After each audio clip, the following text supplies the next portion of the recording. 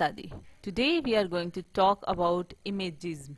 Imagism एक literary moment था that was started in early 20th century. और इनके जो मेंबर थे इमेजिज्म के, उनका इंटरेस्ट था in the use of precise imaginary and clear language. That means कि लैंग्वेज जो होनी चाहिए क्लियर होनी चाहिए पॉम्स की, और साथ ही साथ में छोटा लिखा जाना चाहिए। दैट मीन्स कि इमेजिज्म में जो फोकस था वो इन्हीं चीज़ों पे था कि सिंप्लिसिटी होनी चाहिए पॉम में, clarity of expression and precise. That means कि शॉर्ट में लिखी जानी चाहिए। ये एक मोमेंट था जो कि रोमांटिसिज्म और विक्टोरियन पोइट्री के अगेंस्ट था। That means in the reaction of romanticism and Victorian poetry. That means उसमें जिस तरीके के चीज़ें यूज़ की जाती थी और उनको अच्छा बनाने के लिए चीज़ों की ज़रूरत पड़ती थी, जो पोम को अच्छा बनाने के लिए वो चीज़ों का यूज़ करते थे जो उन्हें यूज़लेस लगती थी। कि उनका मानना था कि पोम जो है वो एकदम सटीक होनी चाहिए, एकदम मतलब इमेज क्लियर हो जानी चाहिए, मतलब उसके आसपास के वर्ड ना यूज़ करके एकदम एग्जैक्ट वर्ड यूज़ होना चाहिए पोम में। उनका ये मानना था। और हम देखें कि एजरा पाउंड को as a found member of this imagism कहा जाता है, कि इमेजिज्म के फाउंडर हैं। बट ये जो चीज़ है, सबसे पहले जो इंग्लिश फिलोसोफर और पोइट टी ह्यूम जो हैं उनके दिमाग में आई थी कि उन्होंने इसके बारे में पहले बात की थी कि किस तरीके से जो पोम का जो सब्जेक्ट है वो एक्यूरेट किस तरीके से प्रेजेंट हो सकता है इन द शॉर्ट, एकदम साफ सुथरा सटीक, और ना ही आसपास की चीज़ों की बात की जाए। That means don't beat around the bush, बस टू द पॉइंट बात होनी चाहिए, और वो भी एकदम सही वर्ड यूज होना चाहिए, ना कि आसपास का। जिस तरीके से टी ह्यूम ने अपने ऐसे रोमांटिसिज्म और क्लासिज्म में उन्होंने पोइट्री के बारे में लिखा था कि पोइट्री की लैंग्वेज कैसी होनी चाहिए, और उन्होंने इसके बारे में बताया था कि कैसी होनी चाहिए। Visual concrete one image in words are not merely decoration but the very essence. That means decoration के लिए कोई चीज़ों का यूज ना करके सीधा एसेंस की बात की जाए, सटीक सीधा और क्लियर बात की जाए। ये था मेन चीज।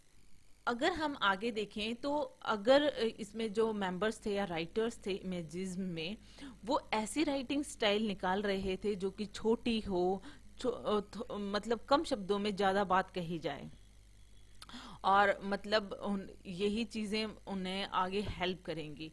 तो जिस तरीके से ये, जैसे मैंने टी ह्यूम की बात की, तो उन्होंने अपने जो भी ऐसे था रोमांटिसिज्म एंड क्लासिज्म में इसकी बारे में बात की। वो कहते थे कि मतलब सब्जेक्ट की बात की जानी चाहिए, ये जो फ्लोरी एक्स्ट्रा लाइंस होती हैं या फिर एक्स्ट्रा डिटेल्स ऐड की जाती हैं इसमें पोम्स में, वो सब नहीं होना चाहिए। और ये जो चीज़ें थी वो जब एजरा पाउंड की मुलाकात ह्यूम से हुई, उन्होंने जो है आइडियाज़ मर्ज किए, अपने ह्यूम के जो आइडियाज़ थे वो अपने आइडियाज़ से मर्ज किए, और उन्होंने ये सारी चीज़ें जो हैं वो दुनिया के सामने लेकर आए। मतलब कि वो उन्होंने ह्यूम का एक वर्क था political works, publication of Hume's complete political works, उसमें इस चीज़ को उन्होंने सामने रखा कि किस तरीके से एक पॉम होनी चाहिए।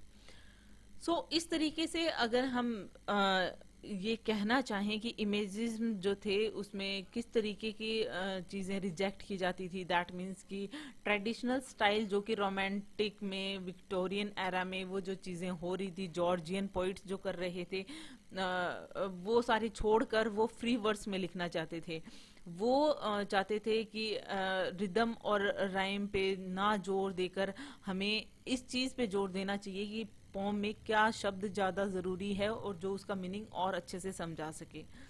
सो इस तरीके से हम इसमें नेक्स्ट ये जो कैरेक्टरिस्टिक्स हैं इमेजिज्म की वो देख लेते हैं, जो कि मैं आपको पहले से बता चुकी हूँ। That means directness of presentation and economy of language, experiment with non traditional verse forms, और ये यूज करते थे फ्री वर्ड्स जैसा कि मैं बता चुकी हूँ। Attempt to isolate a single image to reveal its essence. अगर हम बात करें कि एजरा पाउंड ने कुछ चीज़ें इमेजिस्ट के लिए बताई हैं कि कुछ क्या चीज़ें नहीं करनी चाहिए, क्या चीज़ें करनी चाहिए, तो direct treatment of the thing whether subjective और ऑब्जेक्टिव, दैट मीन्स कि एकदम सीधी सटीक बात होनी चाहिए, कैसी भी हो, सब्जेक्टिव हो चाहे ऑब्जेक्टिव हो। तो उन्होंने ये चीजें बताई। दूसरा, to use absolutely no word that does not contribute to the presentation, that means कि ऐसे वर्ड का यूज करो ही मत जो कि आप जो प्रेजेंट करना चाह रहे हो उसमें उसकी कोई हेल्प नहीं है, जस्ट उसको एक्स्ट्रा डिटेल ऐड करने के लिए कोई चीज को ऐड मत करो। As regarding rhythm, to compose in sequence of the musical phrase, not in sequence of the metronome.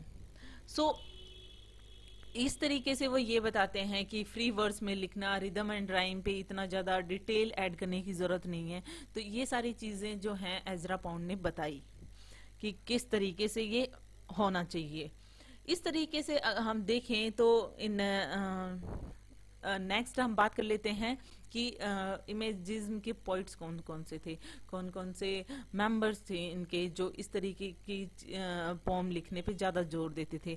जैसे एजरा पाउंड का नाम तो एज ए फाउंडर मेंबर आता ही है, हिल्डा लिटिल है, रिचर्ड एल्डिंगटन है, Amy Lowell, Ford Madox Ford, William Carlos Williams, F S Flint, T E Hulme and D H Lawrence. इनके नाम आप जरूर ध्यान में रखेंगे, specially Amy Lowell, Ezra Pound, Hilda Doolittle, इनके नाम जरूर आप याद रखेंगे। हिल्डा डू लिटिल के हस्बैंड का नाम है रिचर्ड एल्डिंगटन, और इनका नाम आप जरूर ध्यान में रखेंगे क्योंकि इम्पोर्टेंट वन है।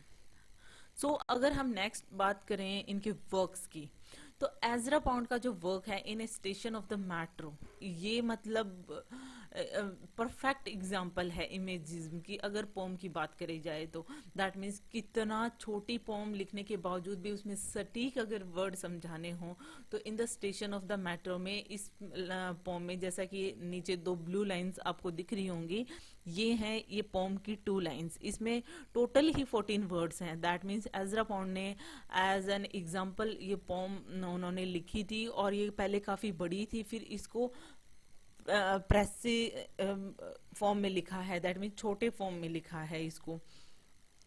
सो ये जो है फेमस जो पोम है जो कि लिखी गई है इमेजिज्म में, और ये 14 वर्ड्स की जो पोम है ये इसमें डायरेक्टली चीजों के बारे में बात की है कि वो किस बारे में बात करें, ना कि कोई डिटेल वो यूज करते हुए।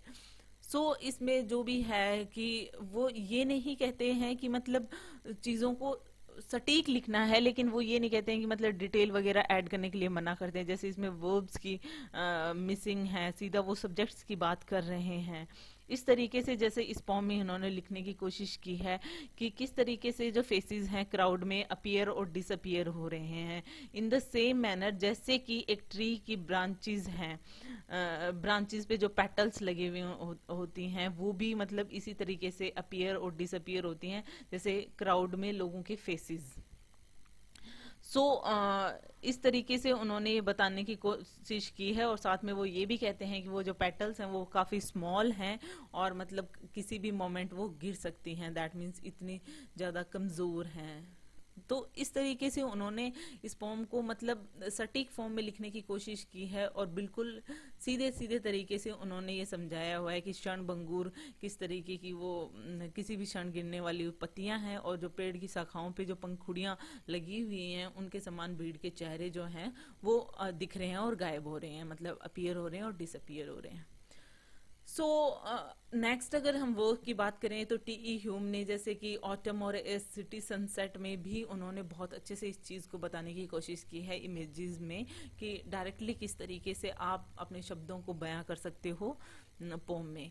Amy Lowell a lady, Amy Lowell का भी बहुत ज़्यादा रोल रहा है इसमें इमेजेस में, क्योंकि इमेजेस में इन्होंने काफ़ी एंथोलॉजी जो हैं वो पब्लिश की हैं, और कहीं ना कहीं इमेजेस जो है वो ख़त्म भी होता है इसकी लीडरशिप को लेकर। दैट मीन्स कि इनका लीडर जो है एजरा पाउंड के अलावा एमी लोवेल भी ये कहती हैं, मतलब ये लेडी होती हैं एमी लोवेल की, वो भी लीडरशिप चाहती थी, और उन्होंने इसलिए इमेजिस्ट को की बजाय एमेजिस्ट कहना शुरू किया था, और बाद में लीडरशिप के चक्कर में ही ये जो लिटरेरी मोमेंट होता है ये इसका एंड हो जाता है। तो इस तरीके से मतलब प्रेस की इमेज लिखते हुए और इस तरीके की चीज़ें लिखते हुए एजरा पाउंड ने ऐसे ही जो है छोटे फॉर्म में इमेजेस को देना, फ्री वर्स में पॉम्स को लिखना, ये उनके वर्क द रिटर्न में भी दिखता है। इस तरीके से मतलब इसी में जैसे इमेजिस्टिक नाम से जो चीजें लिखी गई थी, मतलब हिल्दा डुलिट जो हैं वो भी इसमें काफी अपना जो रोल है वो प्ले करती हैं। ये भी एक इम्पॉर्टेंट इमेजिस्ट होती हैं।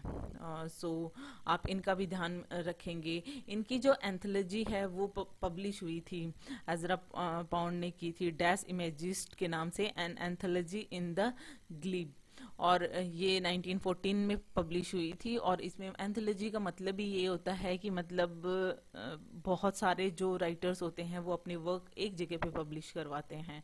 तो इसमें बहुत सारे राइटर्स थे इस एंथोलॉजी में। तो इमेजिस्ट नाम से पब्लिश, डैश इमेजिस्ट नाम से पब्लिश हुई थी। इसमें जैसे James Joyce, Hilda Doolittle, Amy Lowell, William Carlos William, Ezra Pound, इस तरीके से और भी बहुत सारे राइटर्स थे या पोइट आप कह सकते हैं मतलब। यहाँ पे जो है एजरा पाउंड इनमें एक बहुत फेमस मेंबर थे और लीडरशिप कर रहे थे। यहाँ पे जो एमी लोवेल है वो 1915-17 के अराउंड वो लीडरशिप चाहती थी, और यहाँ पे उन्होंने उस टाइम पीरियड में 1915-17 के टाइम पीरियड में उन्होंने एंथोलॉजी, जैसा मैंने बताया, कि पब्लिश करवाई थी।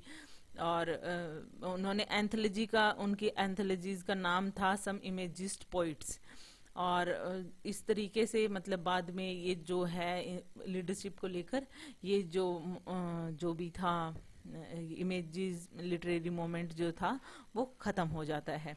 तो इस तरीके से होप आपको ये समझ में आया होगा कि इनके जो फेमस वर्क कौन कौन से हैं, कौन कौन से पोइट्स हैं या मेंबर्स हैं, एजरा पाउंड ने क्या क्या रूल्स बताए थे इमेजिज्म के, क्या क्या कैरेक्टरिस्टिक्स हैं, और ये कब आया था और किस तरीके से फेमस हुआ था, और ये पोम किस तरीके से लिखते थे। So hope you like it. If you like it, please hit the thumbs up button, please please please subscribe the channel, put your views and suggestion in comment section. So thank you.